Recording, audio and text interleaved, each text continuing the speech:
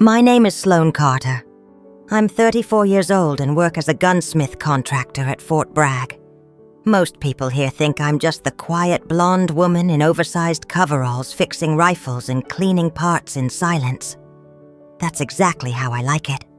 They see what I let them see: a reserve technician who never joins happy hour and keeps her hair tied back in a tight ponytail. They don't know that every night I run 3 miles around the perimeter fence. 1 mile for Marcus, 1 for David, 1 for James. They think I fix weapons because it's my job. They don't realize I do it because it's my penance. Because 5 years ago, I wasn't just Sloane Carter. I was Ghost of Coronado. But let me tell you what they don't see. They think my hands tremble from fear. They don't see the truth. My hands tremble from restraint. This morning at the elite range, laughter crackled as I knelt beside an M4 with a jammed bolt carrier. Sweat gathered under my collar, but my movements stayed precise. Coleman leaned in close enough for me to smell stale coffee on his breath. "Maybe you're better off back in the armory building toys," he sneered. I didn't look at him, didn't react when the other operators chuckled. My fingers continued their silent dance, locking back the bolt, checking the gas rings, feeling for misalignments by touch alone. In another life, these same fingers closed silently around a trigger in the dark ending lives before they drew their last terrified breath. A patch fell from his vest onto the gravel beside me. Delta Force insignia. I picked it up, dusted off the grit, and handed it back. His eyes widened just enough to betray him, because only one woman ever served Black Ops with that insignia, and she disappeared 5 years ago. Who is Sloane Carter? They don't want the answer to that question. They keep talking louder now, each voice trying to outdo the others.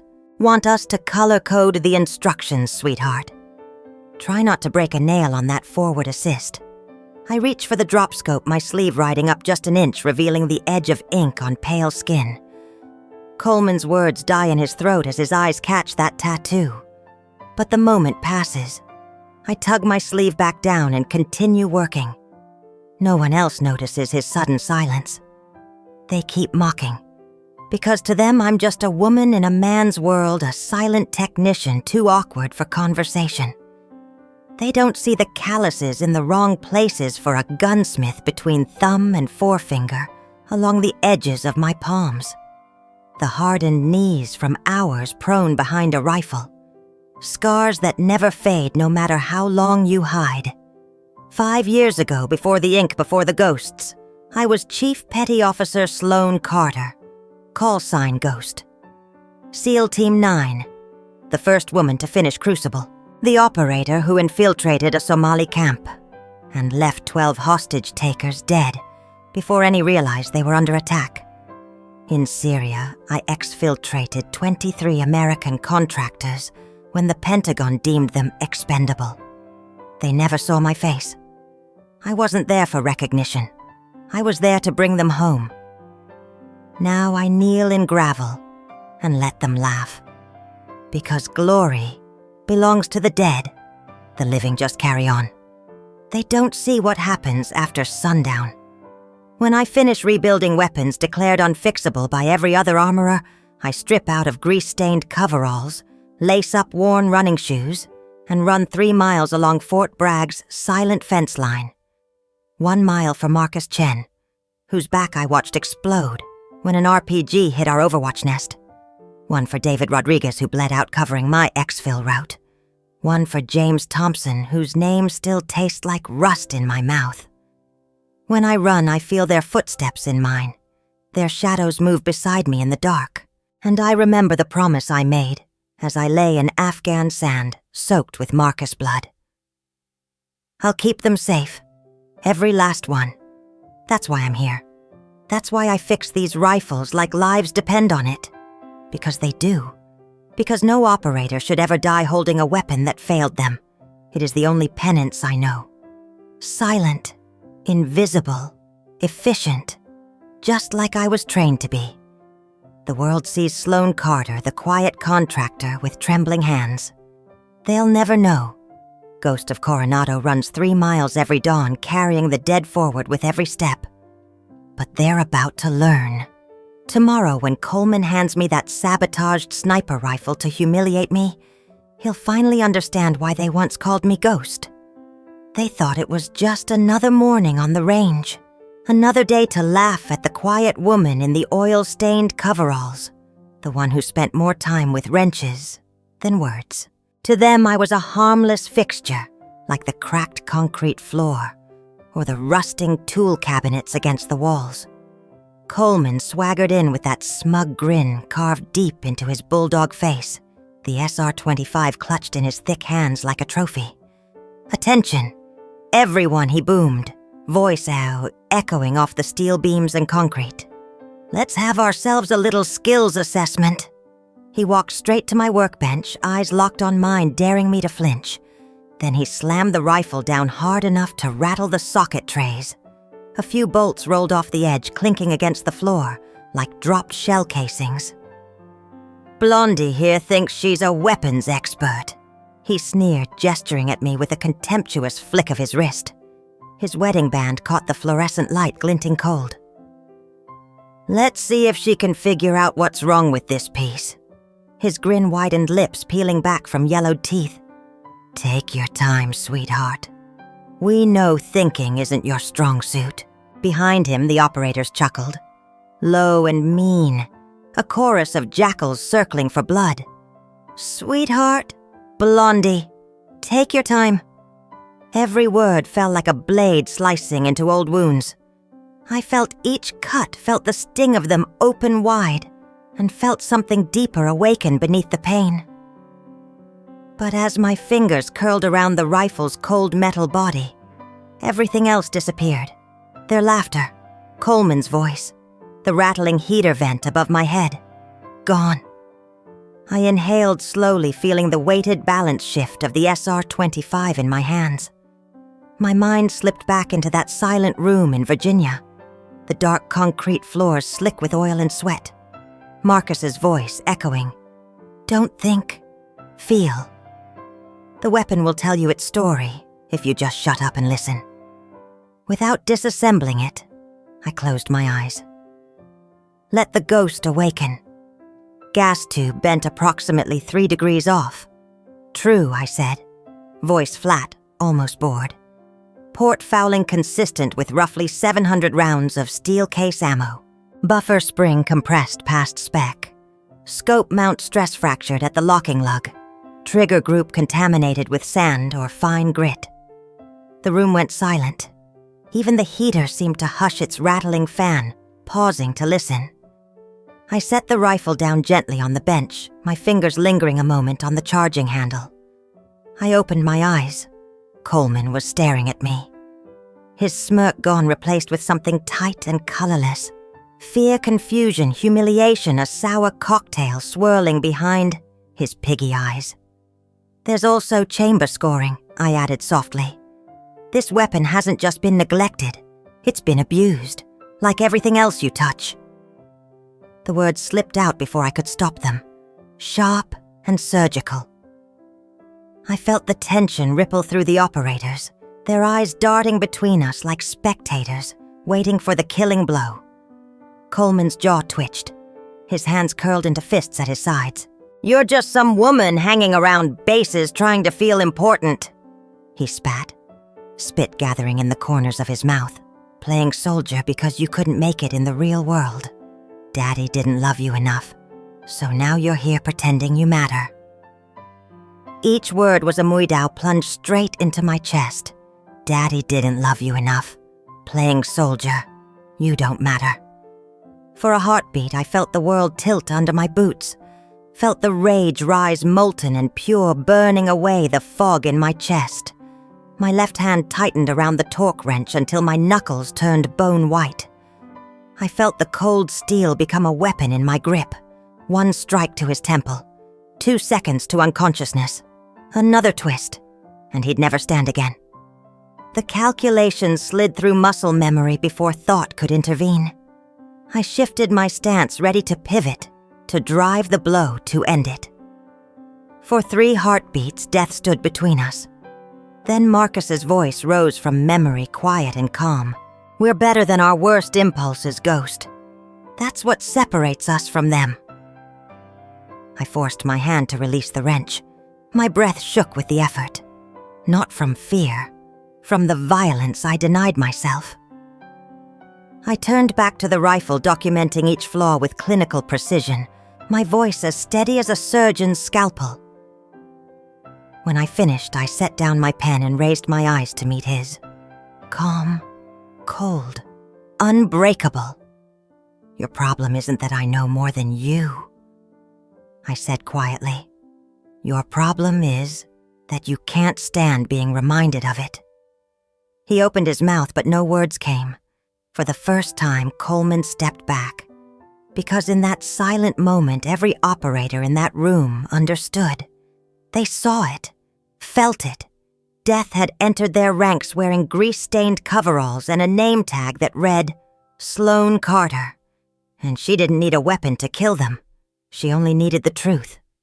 The day after the SR-25 incident, whispers followed me like shadows through the armory. Operators avoided my eyes. Some looked away in shame, others in silent calculation. Even Coleman kept his distance, though his glare burned hotter than a rifle barrel on full auto. He wanted revenge. I saw it in the clench of his jaw, the way his fists flexed against his thighs, like a man itching for violence he couldn't justify. He just didn't know how to take it, without risking what little dignity he had left. That afternoon, as I calibrated an ACOG scope, under the rattling hum of overhead fans, I felt eyes on me. Not the mocking stares I'd grown used to, not the sneers or dismissive glances. This was different, heavy, analytical, searching. I kept my gaze down, aligning the reticle with clinical precision, but the weight of his attention pressed against my ribs. Finally, I looked up. Lieutenant Commander James Wilson stood across the range, arms folded over his chest, eyes locked on me like crosshairs. At first, I returned to my work, ignoring him like everyone else. But when I reached overhead to adjust the torque settings, my sleeve slipped again, revealing the edge of my tattoo, dark ink curling across scarred skin. His gaze sharpened instantly. Recognition flickered across his features like lightning, revealing the hidden contours of a battlefield. He crossed the concrete floor with measured steps, each bootfall echoing louder than the operator chatter around us. The men fell silent, sensing a shift in the air. I tried to focus on the scope, but my breath stilled as he approached, my pulse a drumbeat against my throat. "Chief Petty Officer Mitchell," he said quietly, using the name I'd buried in the deserts and jungles of a life long gone. My entire body locked. Slowly I lowered the scope, meeting his eyes. They were darker now than the boy I remembered from Bagram, lined with burdens only command brings. But beneath the fatigue there was certainty, respect, recognition. "It's Carter now," I replied, voice flat, fingers curling tighter around the scope to keep them from trembling. He ignored my correction, his gaze flicking to the tattoo, before returning to my eyes. "Ghost of Coronado," he whispered almost reverently. "You saved my squad outside Kandahar. 2019. IED ambush. You took out the trigger man before we even knew he was there." Memories stabbed through my chest. The smell of hot sand and cordite, the distant pop of sniper fire, the copper tang of blood in my mouth. I said nothing. What was there to say I didn't save them for gratitude? I saved them because that was the mission. Wilson snapped to attention so sharply the air seemed to crack around him. Operators turned stunned, watching a commander salute a contractor. Confusion rippled through the ranks like shockwaves after a breach charge. This woman, he announced, his voice echoing against the cinder block walls, dragged a bleeding seal 2 miles under fire. First woman to finish Crucible, record holder for confirmed kills during a single operation. She wrote the infiltration manual your teams train with. Gasps broke out. Someone dropped a magazine onto the floor with a metallic clatter. Coleman paled his lips, moving soundlessly, eyes darting from Wilson to me like a cornered animal, realizing the predator wasn't who he thought. Wilson's eyes never left mine. I read your file after Kandahar. Saw your medal refusals. Silver Star, Bronze Star with Valor, Navy Cross. You carried them home with every step, didn't you? I swallowed against the acid burn in my throat, forcing back memories that clawed for daylight. My pulse roared in my ears, drowning the stunned silence. Operators stared now, not with mockery, but with something darker. Awe, fear. Respect born from knowing exactly what kind of death walked among them. But Wilson wasn't finished. His gaze flicked over my shoulder to the armory's senior tech, Frank Torres, the quiet man with salt and pepper hair who spent 3 years fixing barrels and trigger groups in silence. He stood half-hidden behind the drill press arms, crossed face, unreadable. Torres Wilson called, "Step forward." The older man moved with lethal grace posture, too, balance too coiled for a civilian. When he rolled up his sleeve, a faded trident tattoo glinted under fluorescent light. Operators inhaled sharply around us. "Chief Carter isn't the only ghost here," Torres said, his voice low and calm as the sea before a hurricane.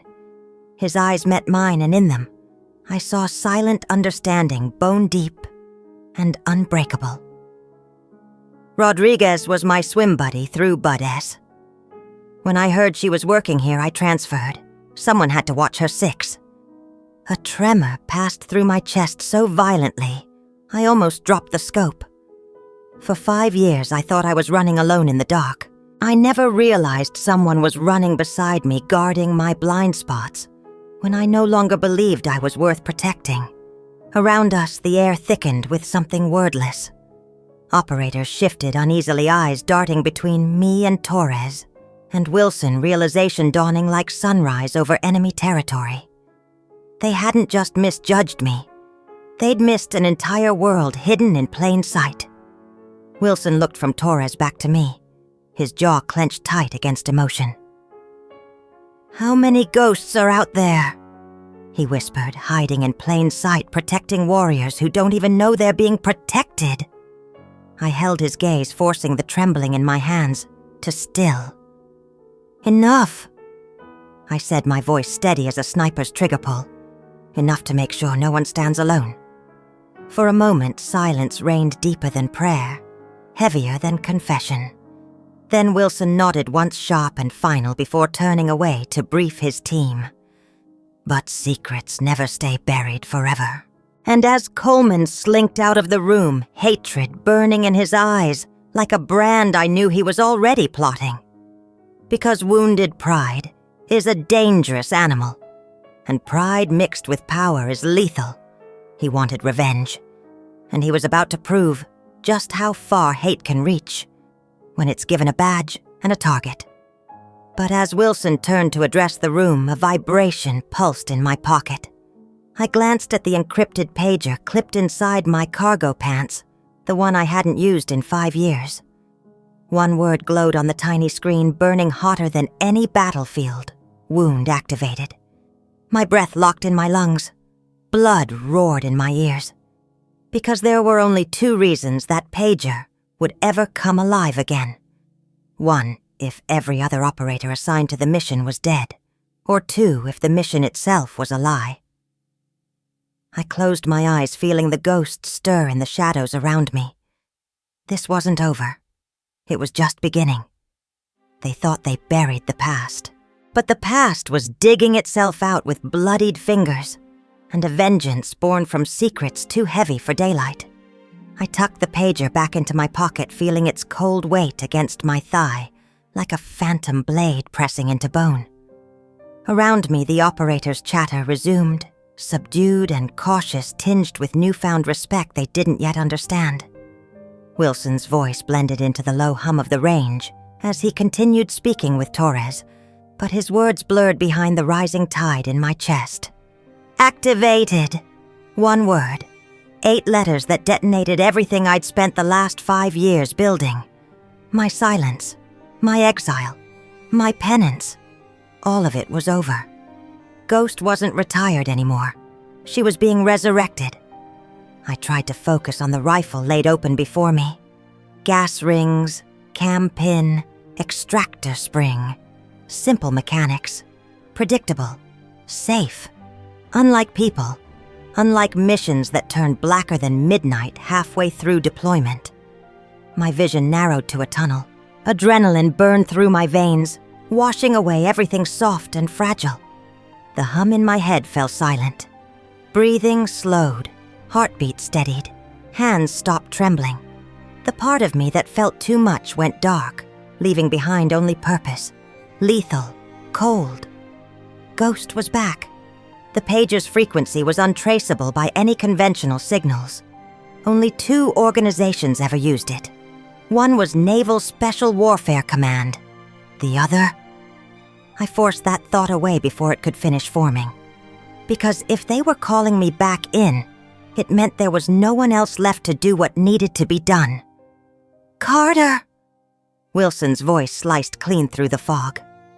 I looked up into his dark, concerned eyes.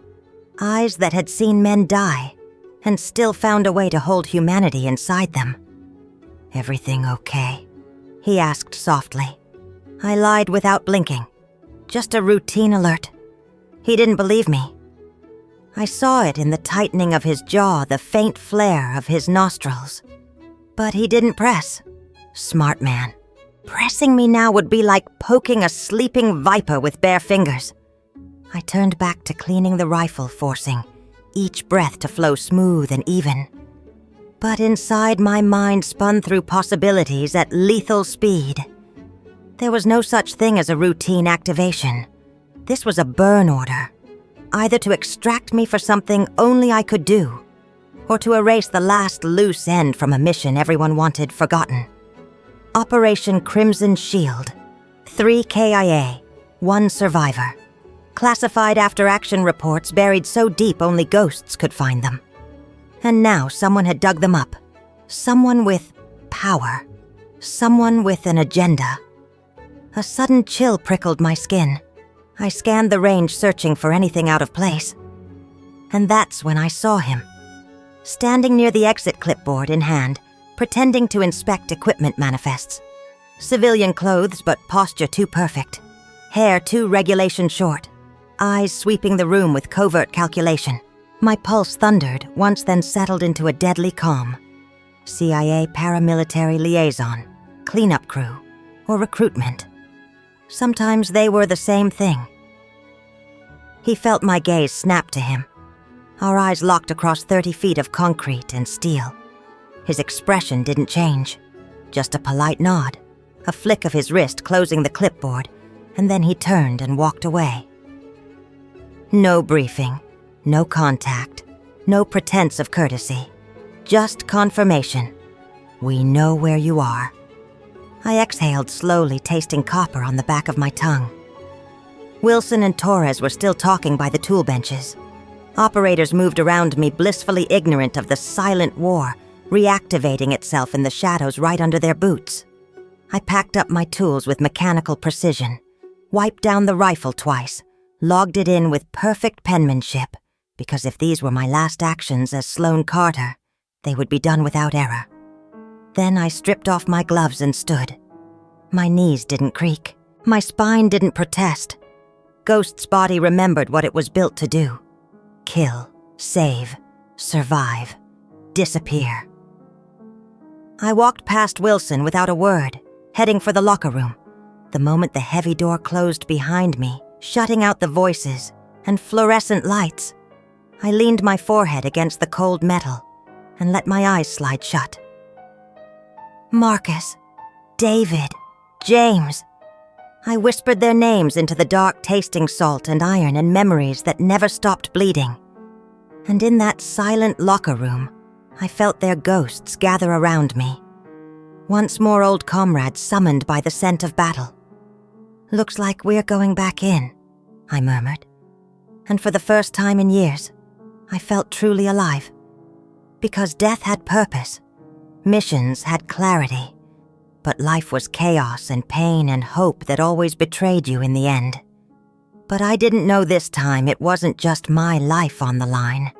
This time the mission wasn't coming for me. This time it was coming for everyone I'd sworn to protect. And God help whoever tried to take them from me. I was packing away my tools when I heard the scuff of boots behind me. I didn't turn. I knew that weight, that angry tremor barely contained beneath rippling muscle. Coleman! Chief Sloanwaite. His voice cracked on my name. I froze, then slowly turned to face him. The man who had spent months humiliating me, spitting venom into every order, now stood with his eyes downcast, fists trembling at his sides. Then, without warning, he dropped to his knees. The world seemed to tilt. Operators fell silent. Even Torres stepped forward in surprise. Coleman's shoulders shook, tears cutting channels through the dirt on his cheeks. "James Thompson," he whispered hoarsely. "Your tattoo. He was my cousin." My breath caught like a blade in my throat. Blood roared in my ears. I tried to speak, but no words came. "He wrote to me from Afghanistan." Coleman continued, voice raw with grief. "Told me about his team. About you. Said you were the best squad leader he ever had. Said if anything happened to him, you'd blame yourself." His shoulders heaved with silent sobs. "When he died, I needed someone to blame. I knew your name when you arrived. I knew exactly who you were. And I hated you. Because he didn't come home. And you did." Something inside me buckled. My knees nearly gave way under the weight of his confession. All these months I thought his cruelty came from arrogance, misogyny, ego. But beneath it lay the same wound carved into my own bones. Grief. Raw, untended, festering into rage. I sank to a crouch in front of him. The armory smelled of gun oil and sweat and tears unshed for 5 long years. I reached out, resting my calloused hand gently on his bowed head. "I don't need your apology, Coleman," I whispered, voice breaking. He looked up, eyes bloodshot with shame. "I need you to be better," I said, letting every syllable cut through the fog between us. "Real warriors don't need recognition. They serve, they sacrifice, and they make damn sure others come home alive." His sob turned into a gasp of relief, a sound torn from somewhere deep, where grief finally met forgiveness. General Hayes found me that evening sitting alone on the concrete barrier overlooking the empty range. The sun had dipped below the pines, painting the sky in bruised purples and burning gold. The world smelled of cooling brass and pine sap, the wind carrying the sharp bite of coming winter. I sat with my elbows on my knees, fingers stained with CLP and carbon residue, staring at the silent berms beyond the targets. Out there, shadows pooled like blood in the dying light. She didn't waste time with pleasantries. "Chief Carter." She called her voice low, but carrying the weight of command, every syllable clipped with quiet authority. I didn't turn. I kept my gaze locked on the horizon where darkness swallowed the last gold veins of day. "I left that world behind, ma'am," I said. My voice flat, stripped of rank, stripped of hope. Hayes stepped closer until her shadow fell across my boots, merging with mine in the gravel. "Your brothers didn't die for you to rot behind an armory bench," she said softly. "Marcus, David, James, they died so others could live. Honor them by teaching others to survive." Their names in her mouth sliced through my chest, like a blade honed on memory. Marcus with his easy grin under the desert sun. David humming Johnny Cash before dawn raids. James scribbling prayers on C4 bricks like talismans. I closed my eyes, feeling them gather around me in silent assent. The ghosts didn't want vengeance. They wanted legacy. They wanted their deaths to mean something beyond folded flags and weeping mothers. Finally, I spoke. My voice tasted of copper and resolve. "No media, no interviews. I train one cycle, then disappear. Hayes nodded once the motion precise as a sniper's trigger pull. Agreed, she said, then turned and left me with the dying light and my ghosts. 2 weeks later, I stood before the first class. 12 women in standard PT gear boots, lace-tight eyes, a storm of nerves and determination. Their breaths rose in misty bursts under the dawn floodlights, the sky behind them still dark as gunmetal. Among them, at the far end of the line, sat Coleman. No uniform, just worn jeans and a black t-shirt stretched tight across his broad chest. His posture was ramrod straight, hands folded on his knees, eyes downcast with humility. He had requested to attend every session, telling Hayes he needed to understand what real strength looks like. I allowed it without a word. I paced slowly down the gravel line in front of them, each step measured, letting silence wrap around them like a shroud. I could smell their fear, the sharp tang of adrenaline sweating through cotton, the shallow hitch of lungs fighting for composure. Their eyes tracked me, some flicking away. When I met their gaze, others locking on with desperate defiance. When I spoke, my voice cut through the cold air like a blade through silk. "Your enemy doesn't care about your gender," I said softly, each word carrying the weight of truth learned in blood. "Bullets don't discriminate. Neither do I. Weakness gets people killed. Today we begin erasing weakness not of body, but of mind." A shiver rippled down the line. Their spines straightened, their chins lifted. Even Coleman's eyes rose to meet mine, flickering with something I hadn't seen before. Not fear, not shame, awe. Reverence born from finally understanding the magnitude of what stood before him. Because in that moment, under the biting wind and humming floodlights, they didn't see a contractor in grease-stained coveralls.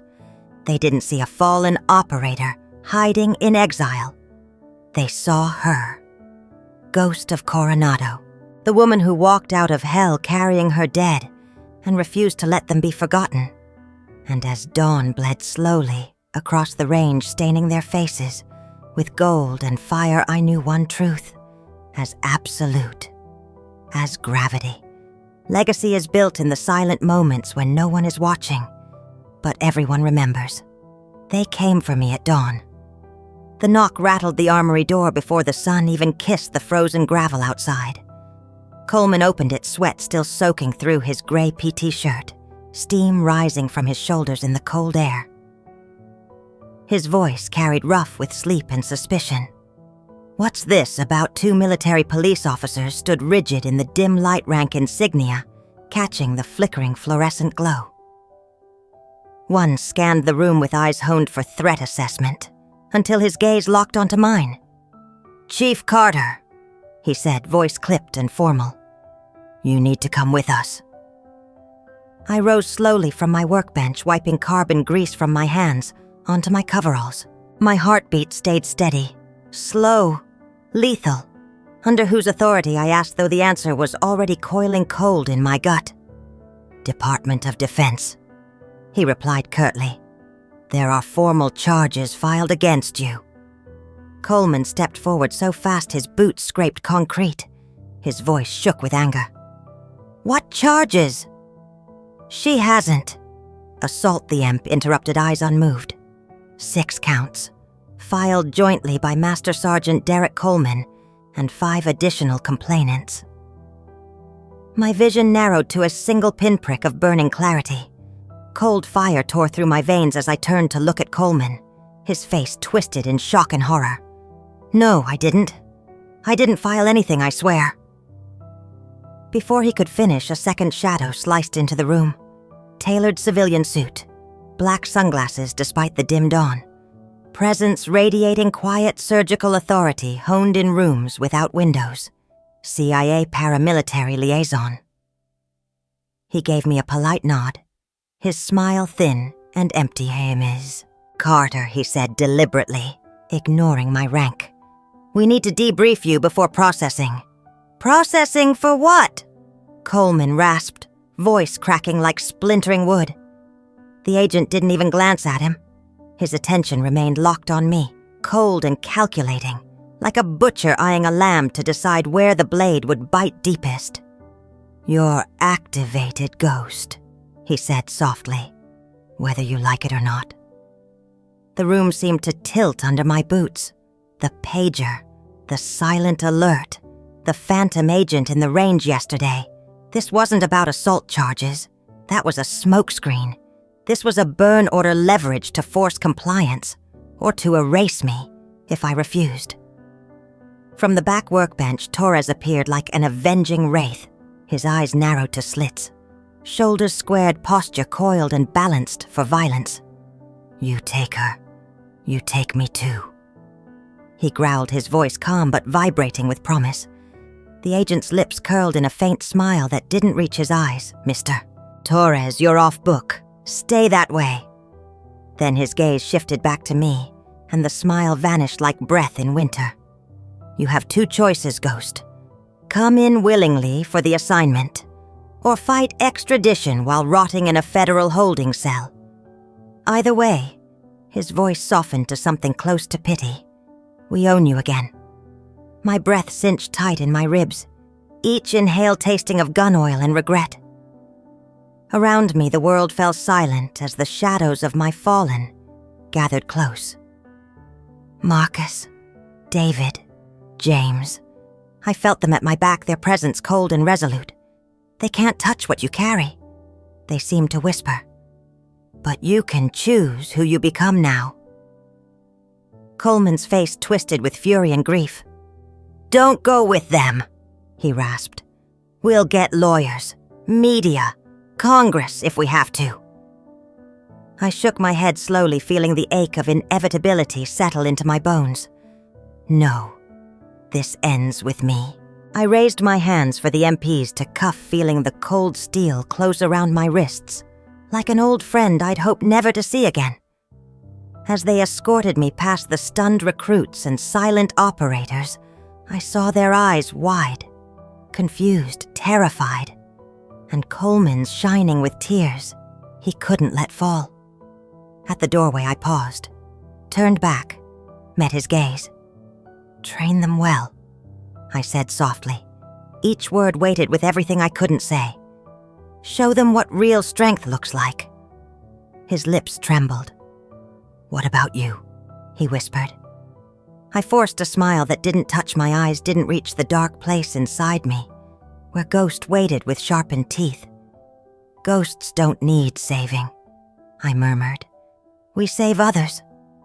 But as they dragged me out into the dawn, past the flickering floodlights and the scent of cold earth and diesel, one truth burned bright in the darkness blooming inside me. They could chain my body. They could erase my name. But Ghost could never be captured, because Ghost was no longer just me. Ghost was everyone I carried. And this time they would learn what happens when you try to bury the dead who refuse to stay down. The weeks that followed blurred into drills, pain, and silent victories. My recruits pushed beyond every limit they thought they had. They crawled through mud, with elbows torn open and caked in blood. They climbed obstacle towers until their fingers split and bled onto the steel rungs. They stood in formation long after their legs shook with exhaustion, trembling. But unbroken eyes locked on the horizon beyond the range. When final selection day came, only 3 passed into special operations, the highest success rate in program history. As I pinned temporary insignia to their sweat-soaked uniforms, their eyes burned with something I hadn't seen in years. Hope. Unbreakable. Unashamed. The kind of hope born not from comfort, but from knowing you faced hell and refused to bow. At the back of the graduation hall, Coleman stood at attention, his broad shoulders, rigid tears bright in his eyes. After the ceremony, he approached me, voice low and rough, with something close to reverence. "My daughter. She enlisted last week," he said, each word trembling with meaning. "She's entering a better military because of you." I rested a calloused hand on his shoulder, feeling old grief and forgiveness coil together in my chest, like steel cables pulled taut.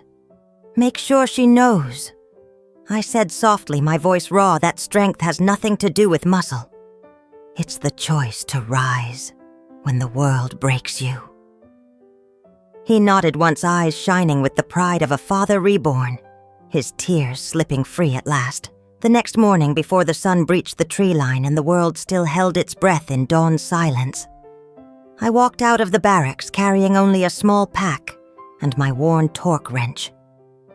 No ceremony, no salutes, no goodbye, just a note pinned to my locker door in neat block letters. "Heroes are the ones who didn't come home. Let them rest in peace." No one saw me leave. Security cameras glitched for exactly 7 minutes. General Hayes ordered them restored with no further investigation.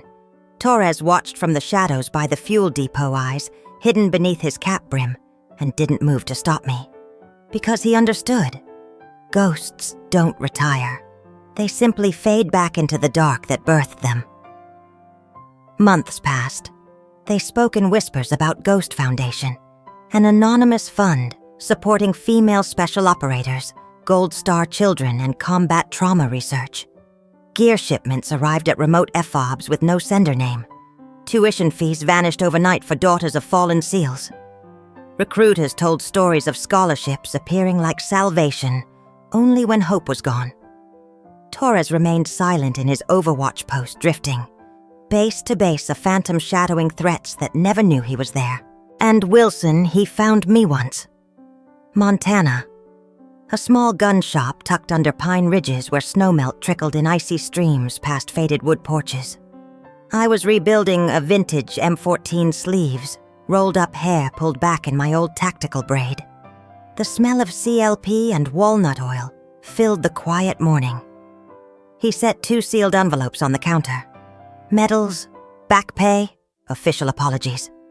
I slid them back without looking up. "I have what I need," I said, simply tightening the gas piston with a final click. He watched me for a long moment, eyes tracing the scars on my forearms, the ink curling across my wrist like shadows refusing to leave.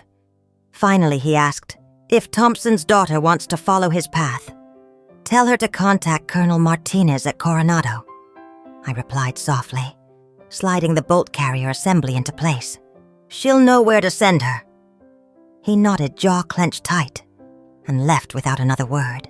The door chime rang softly behind him, swallowed by the stillness of Montana dawn. Outside, the world smelled of pine resin and frost and distant gunpowder carried on northern winds. And so my life continues, silent, unseen, fixing weapons in a shop no one remembers, running 3 miles every sunrise, one for Marcus, one for David, one for James. A ghost among the living, watching over those who still stand in the fight. Because real strength doesn't need recognition. Real warriors don't seek medals or headlines. They endure where no one sees. They become legends whispered in the dark, guiding others home. And if one day the world calls me back again, it won't find a broken woman hiding in exile. It will find Ghost. And Ghost was never built to die quietly. Some ghosts are too powerful for the light to banish. They live on in every warrior who walks through darkness so others can stand in the sun. Months turned into years, but the echoes of that final dawn never left me.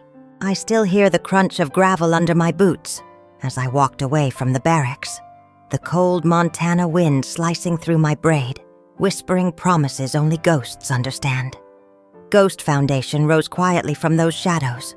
No press releases, no websites, no public board of directors. Just silent deposits into military family funds, anonymous donations to trauma research labs, pioneering treatment for blast injuries and moral wounds, custom gear shipments arriving overnight to forward operating bases, tailored for female operators deploying to the world's darkest corners. I watched from afar as the women I trained rewrote history. One led a hostage rescue in Eastern Africa, breaching compound walls under moonless skies to extract 30 civilians with 0 casualties. Another revolutionized combat trauma protocols, reducing battlefield deaths by half in her sector alone. Their names appeared only in classified reports under designations the public would never read, but the shadows knew them. And that was enough. Each time word reached me through whispered channels, I closed my eyes and whispered back, "Carry it forward. That's all that matters." The CIA tried to find me, of course. They sent liaisons with